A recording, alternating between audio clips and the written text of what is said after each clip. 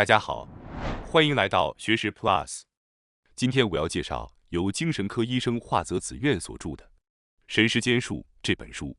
他将以世界上最简单易懂的方式总结神时间术。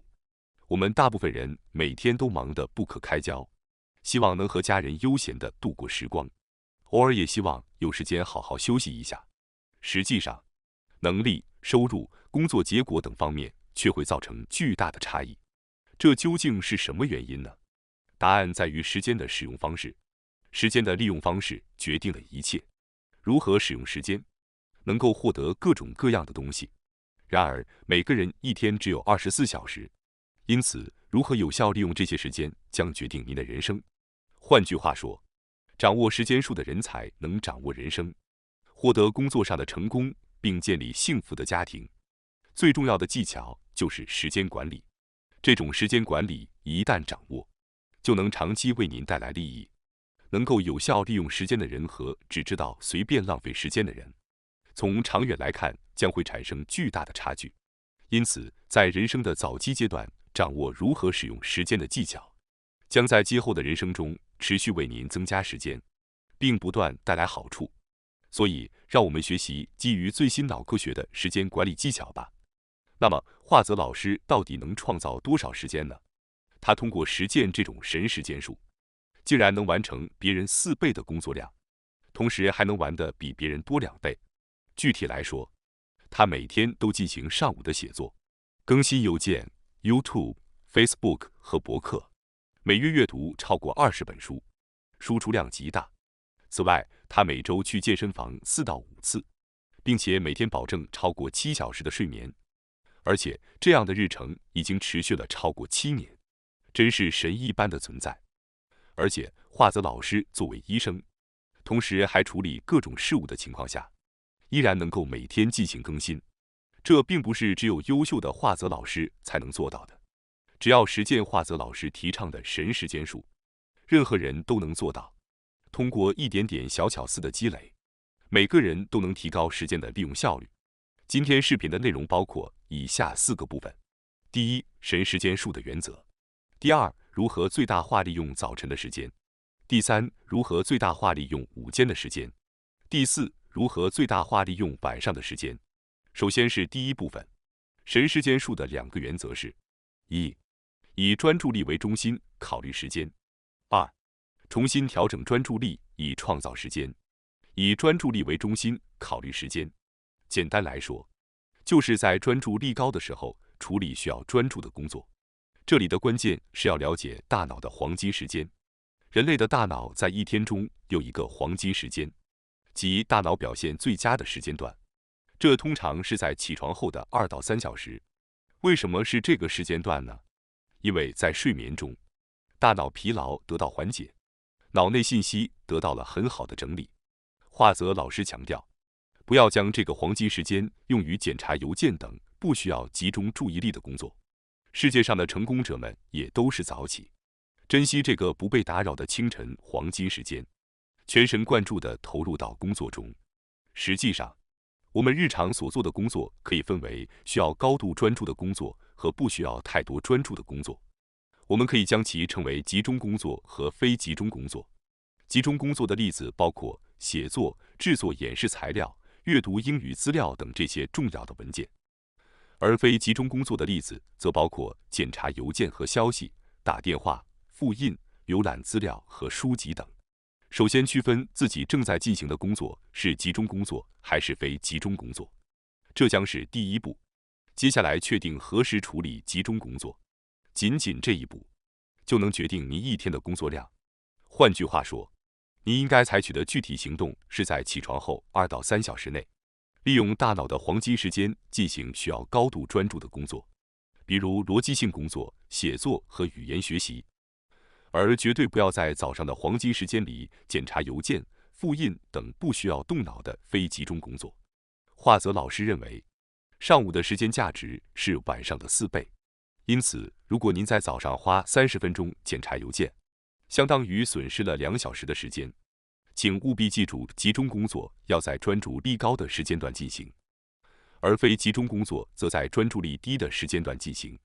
坚持这一点，您的工作效率可以轻松提高2倍、3倍甚至4倍。接下来，我们讨论重新调整专注力以创造时间的原则。过了上午的黄金时间后，大脑难免会感到疲惫，因此下午需要重新调整专注力。而最佳的方法是进行有氧运动。确实，许多人都有这样的经历：运动后，脑袋清醒，学习效率提升。从脑科学的角度来看，进行有氧运动时，促进脑部生长的物质和提高抑郁的多巴胺会被释放出来，因此脑功能会显著提高，获得相当于早上黄金时间的第2个黄金时间。例如，华泽老师在上午写作到感到疲惫时，会进行有氧运动以重新调整专注力，然后在健身房出来后，立刻进入附近的咖啡馆，利用这个第2个黄金时间。总之，当你感到疲惫并想要重新调整专注力时，可以进行60分钟的轻度有氧运动。通过运动获得第2个黄金时间后，您将再次拥有早上那样的集中力，从而使一天的生产力翻倍。因此，当下午感觉专注力下降时，不要强迫自己继续工作，而是应该插入一段有氧运动，以便大幅提高专注力后，再高效地完成工作。在专注力不足的情况下，仅仅延长工作时间是毫无意义的。如果您在高专注力状态下处理本来需要4小时的工作，可能只需30分钟到1小时。这就是人脑的运作机制。因此，关键是要在专注力高的时间段内完成重要的工作。首先在早上的黄金时间内完成，然后在下午集中力下降时，通过运动创造出第2个黄金时间，再进行专注工作。接下来是第2部分，如何最大化利用早晨的时间。我们将更深入地探讨如何最大化利用早晨的时间。黄金时间是起床后2到3小时的大脑黄金时间。假设您早上7点起床，8点出门，9点到达公司，这样安排的情况下，虽然大脑的黄金时间是3小时，但实际上只剩下1小时。而且很多人在到公司后，前30分钟几乎都在回复邮件和消息。这样一来，大脑的黄金时间根本没有得到有效利用。邮件和消息属于不太需要专注力的非集中工作，因此在一天中早上的黄金时间进行这些工作是多么浪费。首先要意识到这一点，如果能有效利用这段时间，那么当天的工作结束时间甚至有可能缩短1到2个小时，在黄金时间内完成需要高度专注的繁重工作。然而，虽然有人说要利用黄金时间，但早上起床后的第1个小时常常会感到头脑昏沉，根本无法进入黄金时间。很多人是夜猫子，早上很难适应。然而，即使是早上不适应的人，也有方法可以让您在早上清醒过来。例如，华泽老师推荐的就是早晨淋浴。起床后的瞬间，副交感神经在放松状态下工作，这时我们感到昏昏欲睡。但是如果您能洗个稍微热一点的淋浴，持续5分钟，就能激活交感神经，从放松模式切换到清醒模式。起床后仅需5分钟的淋浴，从医学上讲就可以让您清醒过来。此外，早晨晒太阳也是非常有效的清醒方法。早上起床后，请强制打开窗帘，尽量多让早晨的阳光照射进来。阳光会促使分泌出一种叫做血清素的物质，从而为您带来活力，让您的头脑清醒，迅速进入黄金时间。此外，血清素除了在阳光下分泌外，运动和咀嚼也能促进其分泌。早上起床后，进行15到30分钟的快走是一个非常好的习惯。如果没有这么多时间，细嚼慢咽的吃早餐也是可以的。通过这些方式，血清素会不断分泌，让您逐渐清醒过来。因此，早上不适应的人可以巧妙地利用交感神经和血清素来唤醒自己。接下来是第3部分，如何最大化利用午间的时间。随着上午黄金时间的结束，到了中午，专注力必然会降低。因此，下午时间管理的基本原则就在于如何重新调整专注力。为了提高下午工作的效率，午休的利用方式极为重要。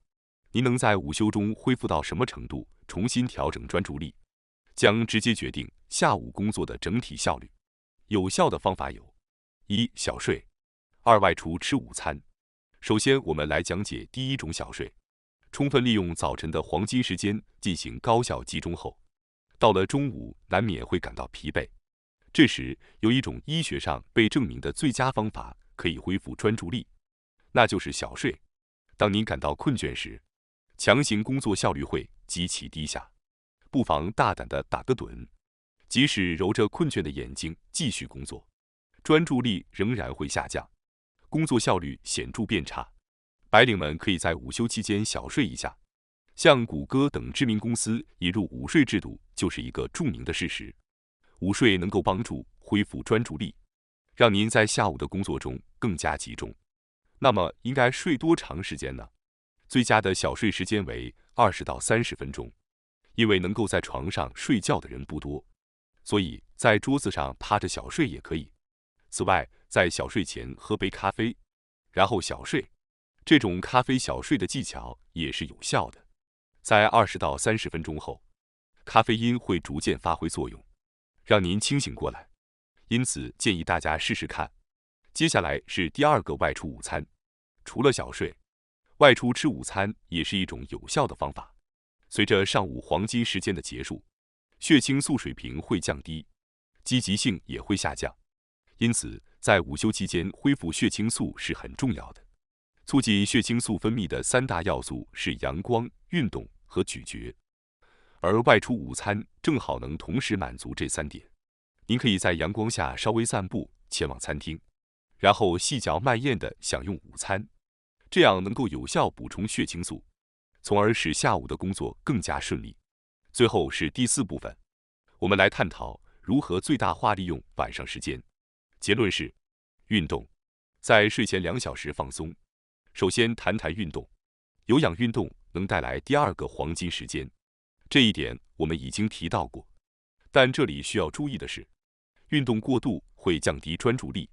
60到90分钟的运动量是激活大脑的最佳范围，请避免超过这个时间。如果是为了重置专注力，适度的运动量是非常重要的。不过，如果运动后您感到疲惫，难以集中精神，原因往往在于运动过量，适合的运动量因人而异。因此，您需要探索出适合自己的最佳运动模式，比如将运动时间调整为30分钟、45分钟、60分钟，找到自己运动后大脑表现最佳的时间点。